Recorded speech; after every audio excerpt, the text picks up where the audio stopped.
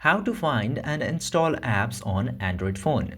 Now in order to do that, every Android phone comes with Google features and you can use Google Play Store to install and find application. In order to find apps, you can use the search option and just simply enter the app's name and search for that. For example, if I want to download PUBG, I'll just simply type it and search for it. Then it will appear. Just simply open the application and tap to install.